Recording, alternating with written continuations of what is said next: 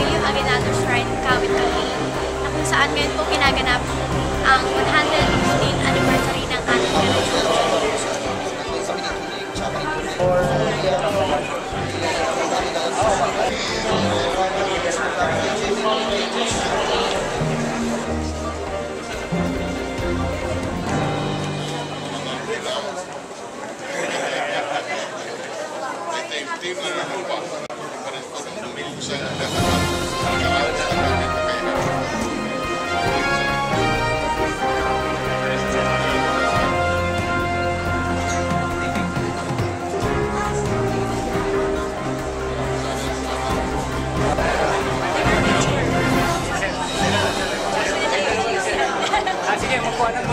Sa labas, unang Pangulo ng ating bansa gumawa ng Philippine flag, Philippine flag, national anthem, first Philippine Army, first Philippine Constitution, at ang inauguration ng Philippine Independent, ng first Philippine Democratic Republic in Asia.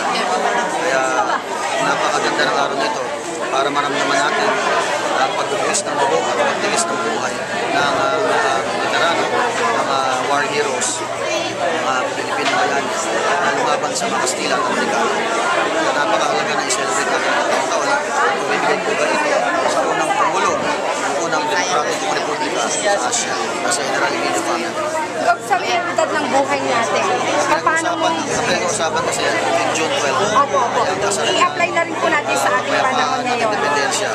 Napakahalaga ng salitang freedom, sovereignty, and independence pag sinasabing June 12. Kasi dati, ano yan 4, di ba? Ginawa 12 ni President Diosdado Macapagal. So, kayo po bilang gobernador, paano niyo po ipapahayag sa inyong mamamayan yung tinatawag na kalayaan ng inyong mga mamamayan? Well, sa paggawa ko ng pelikulang El Presidente, ito ay pagbibigay ng informasyon at edukasyon sa lahat ng mga estudyante na walang ganang magbasa ng mga kapal na history books dahil napakaraming version at nakakalito na kung dapat natin paniwalaan. Ang version ba ng pangdiwang faction at version ba ng magdang faction. Kaya itong pelikulang ito ay magpapaliwanag at magbibigay kaliwanagan kung ano ba talaga nangyari noong kapanahunan ni General Emilio Aguinaldo, Andres Bonifacio, Jose Rizal, at General Antonio Roman. Napakahalaga ng pelikula ito para may paliwanag ang katunayan sa bagong henerasyon. Kaya ba may balak na magpapayang ng ito na Emilio Aguinaldo sa pinag-aaralan pa namin. Marami na kami pinatayo mga rebulto, mga nagregator sa isa. Pero pagkatayo ng rebulto, General Emilio Aguinaldo, pinag-aaralan pa namin. Kung saan dumaan si General Aguinaldo, sa kaso sa kasaysayan, dumaan siya sa Baksakan at dumaan din sa bayan ng Fami. Ang apelido ng nanay niya, Fami, yun ay naipangalan sa isang bayan sa lalawigan ng Laguna. Gusto ka rin naglalagay ng rebulto sa lugar? Particular na lugar? Pinag-aaralan po namin na maigi kung saan siya dumaan. Noong kanyang ODC, paakyat ng norte, ng Kuyak na Bato, at Sudela. May parko pa ba itong... Wala na. Ang pelikula napaka-apat, halos 3 oras. Kaya kinodo na namin, pinaganda pa namin. Kaya 5 best picture na nakukuha namin sa pelikulang El Presidente. At nanalo din kami ng Best World Showcase Film sa Soho International New York City Film Festival. Ano bang pinatry din Emilio Aguinaldo? Nakatating best actor ako dito. 5 best picture. Ano masasabi niyo kay Emilio Aguinaldo bilang revolutionary? Well, he is the power and the glory of the Philippine Revolution. He's a bright and brilliant general who fought for freedom and independence and sovereignty. He is the best and greatest general. Plano mo ngayon sa First District ba? First District, yes. First District. Bilang congressman, anong mga programang nakalaan ka? Siyempre, tuloy lang natin yung programa na inumpisan ni Congressman June.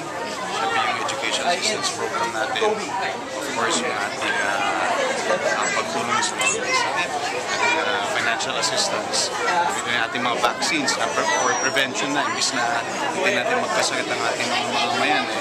Maaga pala bago sa magkasakit, meron tayong mga vaccines para sa flu, sa kantaso. Para iwasan natin yung sakit ng antingin sa ating district. So, yes, let's just pagtutunan mo ang edukasyon. Nakalaan po ba ang iyong tanggapan para dito sa tinatawag nating programa ng Legacity ba yun? I mean, yung mga mahihirap na pwede nang mag-aral dito sa private. Meron po tayong way. Kasi amin, tumutulong kami sa lahat ng elementary, lahat ng high school, at syempre meron tayong college scholars. So yun yung pinag-aaralan namin na kung kaya namin, kaya ng pondo, tuloy-tuloy po yung natin ibibigay sa ating mag-aaral. So yung health natin, ngayong tagulan. Meron tayong pondo sa PGH, pondo sa Las Piñas General Hospital.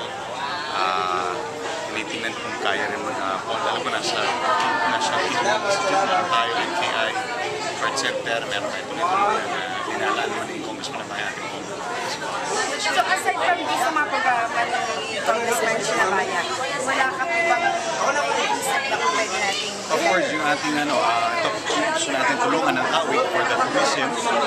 Siyempre, sa tulong ni Mayor Tic, ni Vice Mayor Paul Labaya, yun ang bigyan natin ng pansin ng Kawit ay may bawal sa pagdating sa tourism. nahuhuli na? Siyempre. But hindi ka naman kayang-kaya mo na yun. Isa po, siyempre yung binibigyan pansin natin yung flooding dito sa Kawit na marami talaga ang ating mga mamamayan.